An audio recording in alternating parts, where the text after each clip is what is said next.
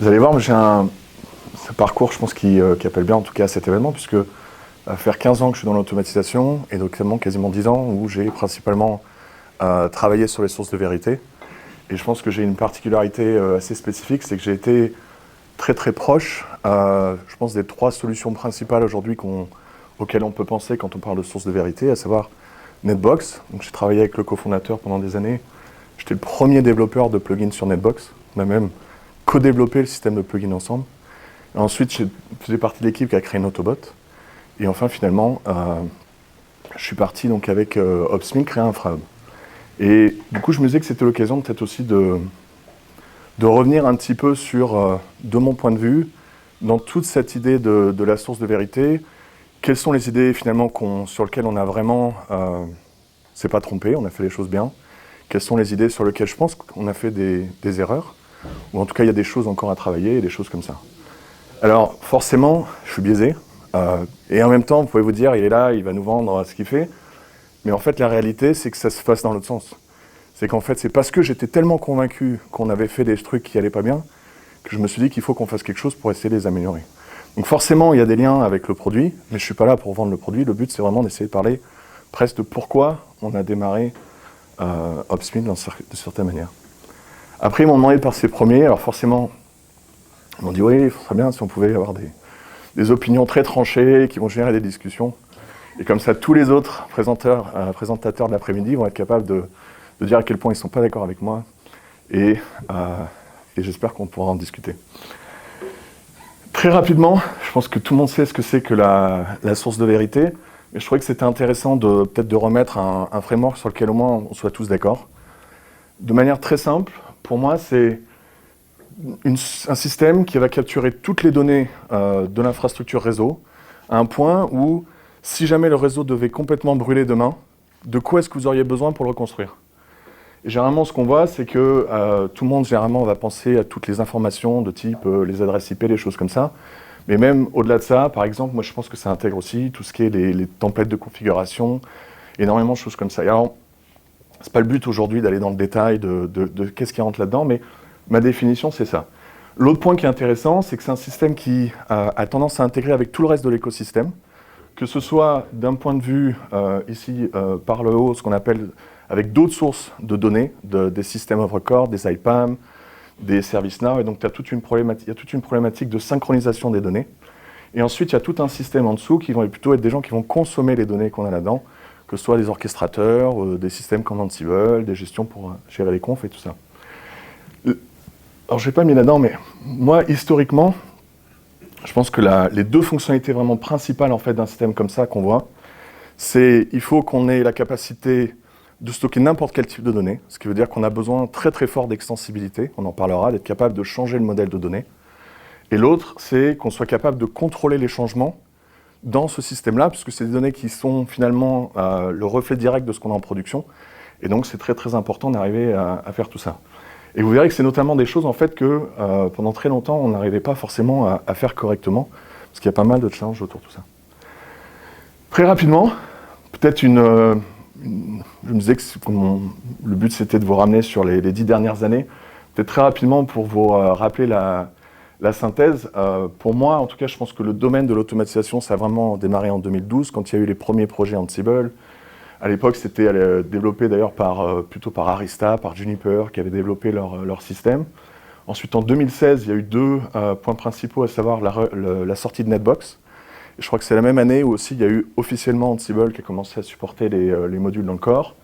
En 2020, quand Netbox était sponsorisé par Network to Code, on a eu les premiers plugins dans Netbox, qui je pense ont été une énorme explosion sur notamment les use cases. En 2021, on a sorti Notobot, et on a aussi sorti au même moment GraphQL, qui je pense a eu un gros impact aussi sur la manière dont on est capable de consommer les données en dehors des sources de vérité. En 2024, il y a eu Infrahub. Et le dernier point, c'est que maintenant, on voit que toutes les solutions se sont vraiment positionnées en disant oui, on va supporter tout ce qui est version control dans les sources de vérité, qui a été un sujet, enfin personnellement, c'est l'un des sujets principaux sur lesquels je travaille depuis 7 ans. Alors on va commencer par ce qu'on a réussi. On va le prendre rapidement, je pense qu'on sera tous d'accord là-dessus. Et puis on passera plus de temps sur les sujets un peu plus où il y aura des débats. Le premier, je dirais, c'est cette idée d'avoir un seul data model sur lequel on va être capable de représenter toutes les données de l'infrastructure.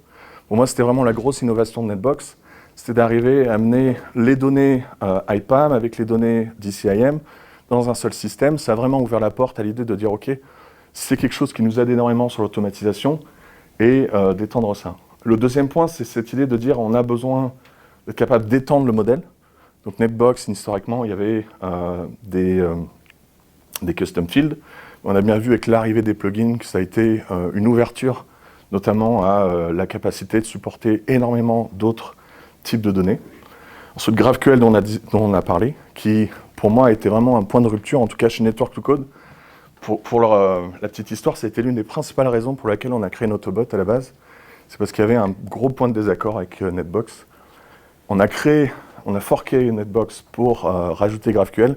3 mois après, ça avait été intégré dans Netbox. Vous voyez à quel point le retour de tout le monde a été de dire c'est hyper structurant et il faut effectivement qu'on le fasse. Et le dernier point, pareil, certainement un peu clivant, parce que je sais que cette histoire de Netbox, Autobot, ça laisse encore des traces. Personnellement, je pense que ça a été super bénéfique pour le marché, parce que ce qu'on voit aujourd'hui, c'est que depuis qu'il y a de la compétition, il y a énormément d'innovations, tout le monde se dépasse pour apporter des nouvelles fonctionnalités, pour mieux répondre aux besoins du marché. Et je pense que ça, c'est quelque chose dont on peut être fier en tout cas, parce que notamment aujourd'hui, on a des super relations, que ce soit avec Netbox, avec Autobot, on discute beaucoup, et je pense qu'il y a un écosystème qui est très sain, entre guillemets, de ce côté-là. Maintenant, quels sont les points sur lesquels, je dirais, on travaille encore? Je ne dirais pas qu'on les a forcément bien réussis, c'est déjà le version control. Donc, je disais tout à l'heure, aujourd'hui, c'est clair que ce soit Netbox, Autobot ou InfraHub, tout le monde est d'accord pour dire que c'est une fonctionnalité clé et que tout le monde a intégré ça dans cet écosystème. Il y a eu tout un travail ces dernières années aussi sur ce qu'on appelle le Design-Driven Automation. Alors, des noms, il y en a plein, mais c'est plus l'idée de dire, plutôt que de modéliser des informations de très bas niveau, on va être capable d'aller modéliser plus des informations de design, des informations de service, avec un niveau d'abstraction beaucoup plus élevé, qui nous permet notamment d'aller gérer des environnements beaucoup plus complexes. Donc ça, pareil, c'est des choses que Autobot propose, InfraHub propose, et récemment, on a vu beaucoup de travail côté Netbox aussi pour supporter ça, parce que ça répond à un vrai besoin de comment est-ce qu'on fait pour gérer des infrastructures de plus en plus complexes. Et un dernier point que vous n'avez peut-être pas forcément encore vécu, parce que finalement, on n'en parle pas beaucoup, mais je pense que ça va être un point qui est hyper important, c'est l'importance de capturer pas seulement les données, mais d'avoir des informations sur d'où viennent les données. On appelle ça les métadonnées autour des données. Et on appelle ça généralement aussi le data lineage. Et en fait, c'est quelque chose qui est en train de se mettre en place. Autobot l'a intégré il y a quelques releases, c'était nativement dans InfraHub. Et Netbox récemment aussi fait des choses là-dedans. Et en fait, on se rend compte notamment dans cette notion de synchronisation des données entre différents systèmes. Ça va être des points fondamentaux qui vont vraiment faire la différence. Donc si vous n'avez pas regardé ça, je pense que ce sera un sujet de plus en plus répétitif. Passons sur qu'est-ce qu'on a raté. C'est quand même le plus important. Alors, je vais les faire un par un rapidement. Mais globalement, le premier pour moi, c'est cette idée de dire, en fait, je l'ai dit en premier lieu, l'un des points les plus importants, c'est l'extensibilité. Et en fait, quand on regarde aujourd'hui, l'un des trucs les plus difficiles quand on a les plateformes en production, c'est de les mettre à jour. Et qui dit mettre à jour veut dire qu'en fait, on n'est même pas capable de mettre à jour le modèle de données. Et donc finalement, on a créé un système, en ayant un système comme ça, où il y a tout le monde qui est extrêmement dépendant du modèle de données en centrale, on a mis un système qui fait qu'on n'est plus capable de répondre à la fonctionnalité principale qu'on voulait, de dire on veut un système qui est capable d'évoluer avec les besoins de l'infrastructure. Et donc de ce point de vue-là, c'est un peu cette idée de dire, pour moi, on a créé un monolithe dans le système où, en fait, tout le monde, aujourd'hui, toutes ces couches de transformation qu'on peut avoir au niveau des systèmes de config ou des choses comme ça, sont tellement dépendants du modèle de données en interne qu'on ne peut plus rien toucher ici sans que ça casse tout autour. Et en fait, c'est vraiment parce qu'on a mis la boundary, pardon, excusez-moi pour les anglicismes, on a mis la séparation entre les couches, je pense, au mauvais endroit. Et notamment, l'une des choses qu'on essaye d'adresser avec InfraHub, moi ça a été l'un des points historiques, c'était de dire en fait la partie transformation, elle est tellement importante qu'il faut qu'on la garde le plus près possible des données, parce qu'on ne peut pas modifier les données sans modifier cette couche de transformation. Et en fait, l'interaction avec les couches externes, il faut mieux qu'elle se fasse dans leur langage à eux, plutôt que dans notre langage à nous, notre modèle de données, de manière à faire ça. Et en fait, on se rend compte aujourd'hui, c'est un énorme problème où plus les gens vont en production, plus ils ont du mal à mettre à jour, plus ils ne sont pas capables d'identifier qui est vraiment consommateur de ces données. Le deuxième point qui, pour moi, je pense qu'on s'est trompé, c'est qu'on n'a pas utilisé les bons outils. Et si on demandait, et alors, je ne sais pas combien d'entre vous le savent, mais aujourd'hui, Netbox et Notobot partagent une architecture similaire qui est basée sur un framework qui s'appelle Django. Django, c'est un outil qui est extrêmement populaire, très très très mature. C'est un super outil, mais la réalité, c'est que ce n'est pas le bon outil pour faire ce qu'on veut faire. En fait, Django, c'est un outil qui a été développé pour des développeurs, pour être capable de créer une application rapidement et simplifier la maintenance de cette application. Mais ça n'a jamais été un système qui a été fait pour que l'utilisateur final fasse des changements très importants sur le modèle de données. Ce qui est finalement ce que nous, on essaye de faire aujourd'hui avec nos plateformes, où on souhaite qu'il y ait des gens qui sont forcément non développeurs, qui aient la capacité de modifier le modèle de données. Et en fait, moi, c'est le jour où j'ai compris ça, où je me suis dit, mais en fait, on passe notre temps à essayer de tordre le bras de Django pour lui apporter de la flexibilité, alors que c'est fondamentalement pas une fonctionnalité qui était à la base pensée dans Django. Et pareil sur le version control. Et moi, le jour où j'ai eu ça, je me suis dit, en fait, c'est comme si on essayait de manger une soupe avec une fourchette. Une fourchette, c'est parfait, quand tu l'utilises correctement, mais si on essaie de manger de la soupe avec, eh ben forcément, ça ne marche pas. Et donc moi, c'était un peu cette idée-là, et qui a, après finalement, seulement 18 mois après qu'on ait créé Notobot, où je me suis dit, mais on ne va pas y arriver. On va pas passer, je ne peux pas passer les 10 prochaines années à essayer de forcer un niveau d'extensibilité sur une plateforme qui ne souhaite pas avoir cette extensibilité. Et donc ça, c'était pour moi un des points hyper importants. Le troisième point, c'est les modèles de données. Aujourd'hui, en fait, on crée ces sources de vérité, on définit des modèles de données, on essaie de stocker tout ce qu'on veut à l'intérieur, et en fait, quand on regarde les modèles de données, ce qui est important, c'est qu'on soit sûr que les données soient de qualité. Et donc, généralement, ça passe par définir, est-ce que c'est obligatoire d'avoir un attribut, est-ce que je veux avoir une adresse IP sur ce device, ou des choses comme ça. Et en fait, ce qui se passe dans Netbox, ou en tout cas dans Django, c'est qu'il y a un modèle qui a été mis en place, où on est parti sur des modèles extrêmement génériques qui répondent à beaucoup de besoins. Donc si typiquement on prend les devices, un device c'est un patch panel, c'est un routeur, c'est un firewall, c'est un load balancer, c'est un serveur. Mais on voit bien qu'un routeur, on pourrait espérer avoir une loopback de manière obligatoire, mais pas forcément sur un patch panel. Et finalement, ce qu'on se retrouve, c'est qu'avec des systèmes où tout est optionnel, et en fait, on perd complètement l'avantage d'avoir un modèle de données.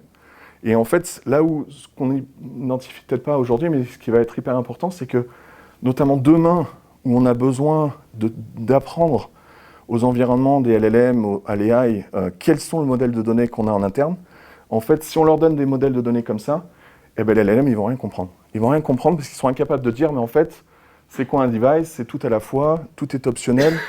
Et on a, en fait, en partant sur ce modèle de données générique où énormément de la logique business, elle est stockée en mode code, on va avoir un gros problème aussi sur ces systèmes-là.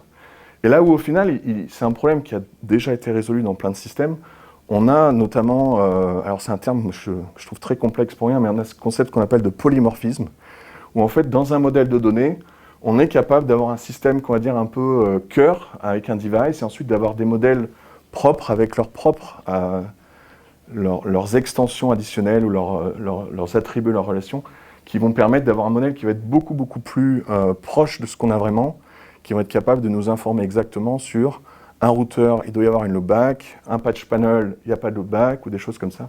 Et donc ça, c'est et on voit aujourd'hui, c'est un point qui est très important. Et le dernier point, qui pour moi est pareil, un système qu'on a pendant très longtemps raté, c'est cette idée où on duplique, en fait, quand on regarde aujourd'hui nos sources de vérité, on a fait le choix de stocker énormément de détails à un niveau qui est très bas. Et au final, quand on regarde, on duplique énormément de choses. Au point où on n'arrête pas de dire que dans l'automatisation, on va avoir des standards, mais finalement, quand on regarde une source de vérité en production, je vous défie de me dire pourquoi est-ce que la MTU sur les interfaces, elle est à telle valeur. Est-ce qu'elle est à telle valeur parce que c'est le standard, ou est-ce qu'elle est à telle valeur parce que c'est une exception? Et en fait, la mise en place de standards aujourd'hui dans nos environnements de sources de vérité passe par énormément de duplication d'informations, à un point où on a finalement perdu l'origine des standards. Et ça, je pense que c'est un gros problème aujourd'hui qui dont on parle probablement pas assez. Nous, dans Infrub, on commence à sortir des fonctionnalités où on essaye de, notamment en se basant sur ces notions de lineage, de dire, OK, là, j'ai une MTU, mais en fait, cette MTU, elle vient de là parce que c'est un standard. Et en fait, on va être capable de tracer ces informations. Et je pense que c'est un des points aussi dont on va parler de plus en plus à l'avenir. Voilà, c'était un peu rapide, mais on n'avait que 15 minutes. Je crois que je suis à peu près dans les temps. Donc si vous avez des questions, avec grand plaisir.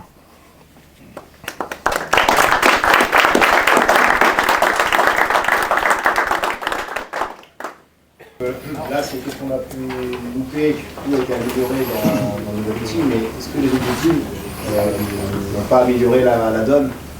Là, c'est un postulat qui est implanté aujourd'hui, qui est dans le passé, et du coup, il y a aussi un changement qui a fait dans les anciens Netbox et Autobot pour aussi suivi un peu ça pour changer. Alors, je répète juste la question pour l'enregistrement. Est-ce que finalement, comment est-ce que les autres outils ont évolué? Est-ce qu'ils ont aussi réimplémenté tout ça? En fait, je pense que là où il y a eu des améliorations pour l'instant, c'était sur quoi est-ce qu'on travaille encore. En fait, je pense pas pouvoir prendre le crédit pour ça, mais toutes les innovations récentes, le version control, design driven automation, et tout ce qui est lineage, ça, je pense que ça a été des choses qu'on avait ratées il y a quelques années. Aujourd'hui, on est tous un peu en train de les implémenter. Nous, c'était des choses peut-être sur lesquelles on a en tout cas démarrer les discussions un peu avant les autres. Et donc je pense que cette partie-là s'est passée. Après, fondamentalement, malheureusement, que ce soit le modèle de données, en fait, c'est quelque chose qu'on ne peut pas changer parce que l'architecture l'empêche. Le Django, ils ne peuvent pas le changer non plus.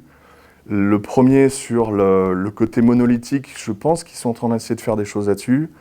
Et le dernier, à ma connaissance, c'est un sujet sur lequel ils ne travaillent pas encore, mais pareil, je pense que ça viendra, parce qu'on a tous la volonté d'essayer de créer des meilleures plateformes. Donc je pense que là-dessus, encore une fois, moi je discute beaucoup avec eux, c'est des sujets qui voient aussi, auxquels ils réfléchissent aussi, donc ça va arriver. Tu disais qu'en fait, tout ce qui était versionning a été arrivé dans Netbox, Autobot, etc.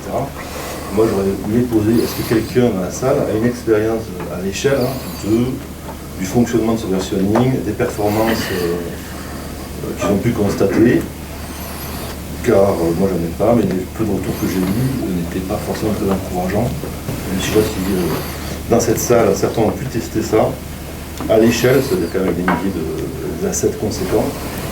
Moi je peux faire un feedback si vous voulez. Pour utiliser les autres solutions du marché, je ne trouve pas que ce soit très différent entre Autobot et Netbox, parce que c'est quand même le même moteur, quoi.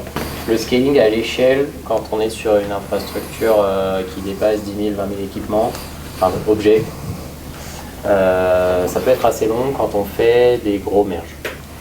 On est sur la demi-heure de merge. Ouais. Pourquoi ? Alors il y a des choses qui sont en train d'être corrigées, parce qu'il y avait naturellement, dans la façon dont Django résout ses relations, tout un tas de choses qui sont asynchrones mais qui sont synchrones au moment du merge. Et donc il y a tout un tas de trucs qui doivent se passer en même temps au moment d'un merge. Par exemple, ils avaient un sujet sur les recalculs de quel préfixe appartient à quel préfixe. Ça, il était calculé à chaque objet qui était ajouté dans le merge, au lieu de le calculer à la fin. Donc voilà, il y a des choses comme ça où je pense que parce que c'est quelque chose qui n'a pas été fait nativement, ça a amené des baisses de performance, et c'est des choses qui sont en train d'évoluer. C'est une demi-heure par exemple. Ça peut être sur ces grandeurs-là. Après, nous on travaille sur ce projet-là, on travaille avec vraiment des gros merges.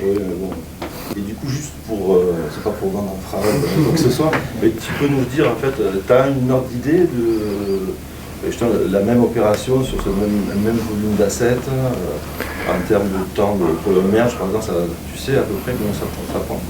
Donc juste la question pour répéter, c'était par rapport aux différences de performance entre les différentes solutions. Alors juste, je réponds à ta question, mais juste avant pour être honnête, Netbox et Autobot, ils ont une implémentation très différente sur le merge. En fait, sur le version control, Netbox, ils utilisent en fait le changelog, ils enregistrent les changelogs et ensuite ils les rejouent, voilà. Alors que Autobot, ils sont partis dans l'idée d'utiliser une base de données qui supporte ça nativement, qui s'appelle Dolt, qui est... et je pense que du coup, ils auront des histoires, des perfs très très très différentes. Sachant que Autobot, c'est pas encore complètement sorti, mais je pense que Autobot aura une bien meilleure performance. Pour répondre à ta question, chez nous, quel est le temps pour des gros merges ? Je pense qu'on est on n'est pas instantané, mais on est plus en quelques minutes plutôt que quelques dizaines de minutes sur des choses comme ça. Quand tu disais que Montolo, du coup, il s'appuie sur Bolt, ce qui fait que c'est quelque chose de payant en plus de support, c'est pas intégré. Je pense que ça va, effectivement, c'est un composant principal qui. Ouais. Exactement, c'est un composant en plus. Je crois que c'est pour ça qu'ils ont prévu de fournir ça que sur la version SaaS, c'est pas forcément dans la version open source. Une question sur la transformation. L'idée, l'idée, ça serait de déplacer la transformation sur les outils qui viennent consommer la donnée sur la source of truth. Tu as quelque chose un peu plus concret à nous partager que tu auras en tête Alors donc, la question c'est comment est-ce qu'on on évite d'avoir un monolithe et qu'on déplace la couche de transformation. Je pense que typiquement le gros problème c'est qu'aujourd'hui en utilisant Ansible pour à la fois générer les confs et les déployer, on n'est pas obligé d'utiliser Ansible pour générer les confs, on pourrait les générer à l'extérieur. Et si on fait ça et qu'on demande à Ansible juste d'aller récupérer la conf déjà générée et la déployer, mécaniquement on a complètement changé la frontière entre les outils et il y a très très peu de chances qu'un changement côté central impacte du coup à l'avenir Ansible. Alors qu'aujourd'hui, comme on a finalement énormément de requêtes de données qui sont très très liées au format de la base de données, dès qu'il y a un changement, on est quasiment sûr on va devoir mettre à jour Ansible et les requêtes et tout ça, ce qui devient très compliqué à gérer. Donc typiquement, je pense qu'aujourd'hui, que ce soit Netbox, Notobot ou InfraHub, tout le monde est capable de générer les confs dans la source de vérité, ça serait le premier truc. Utilisons ces fonctionnalités pour générer les confs côté au plus près des données, plutôt que de le faire dans Ansible. Alors après, il y a des différences sur quelle est la palette d'outils et l'expérience du développeur pour faire ça. Je pense qu'il y aurait beaucoup de trucs à dire là-dessus, mais en tout cas, on pourrait déjà faire ça, quoi. C'est assez intéressant de voir, je trouve, l'impact de Django sur les solutions, parce qu'enfin, historiquement, il y a eu Netbox qui était fait en Django, et je pense qu'en plus, à la base, Netbox n'était peut-être pas fait dans la logique à la base d'être un produit universel. Parce que Jérémy, quand il a commencé, c'était chez DigitalOcean, je crois, et c'était plutôt Avec clairement. interne. Ah ouais, je te rejoins à 100%. Je pense que lui, quand il a fait ce choix, c'était le choix parfait. Ouais. Quand il était tout seul chez DigitalOcean pour sortir une plateforme rapidement pour ses équipes, il a mis en open source en se disant peut-être que ça servira à quelqu'un, il n'avait aucune idée de ce qui allait se passer. Il n'avait jamais en tête de se dire on va faire une plateforme extensible, personne n'aurait pu prévoir ça. Et donc ouais, clairement, à la base c'était le bon choix. L'impact de Django sur les solutions, Django la tagline c'est le framework web pour les perfectionnistes avec des deadlines.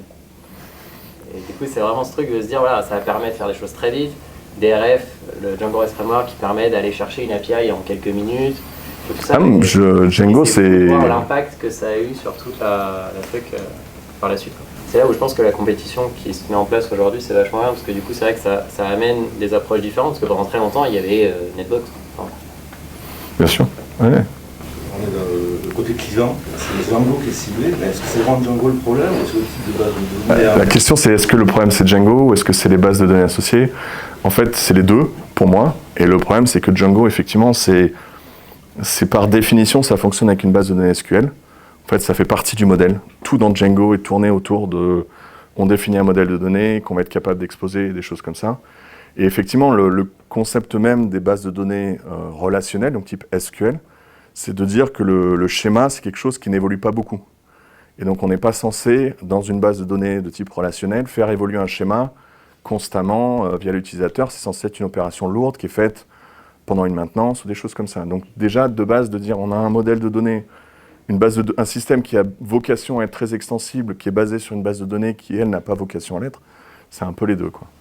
Sur le papier, si Netbox était développé dans une logique d'être un outil interne avec un seul client et une seule entreprise qui s'en sert, comme c'était le cas à la base, Django marche puisqu'on peut faire bouger le modèle justement avec le système de migration, mais c'est le développeur qui doit faire ces migrations-là, et c'est le développeur qui doit faire ces customisations-là, et du coup c'est pas un modèle en arbre où il y a différents cas, c'est plutôt une évolution successive du modèle uniforme. Dans l'utilisation que l'on fait nous, pour générer des configurations, nous on a besoin de versionner et tout, le problème c'est le type de base, c'est des bases relationnelles, elles ne sont pas vraiment adaptées pour faire ça, et que Django c'est pas lui le fautif, quoi. Ouais, on peut dire ça, mais Django est tellement dépendant de la base que tu peux un peu dire les deux, après les deux sont vrais, je pense. Je vous propose qu'on continue, et n'hésitez pas à revenir en discuter après. Merci à tous. Merci. Thank you.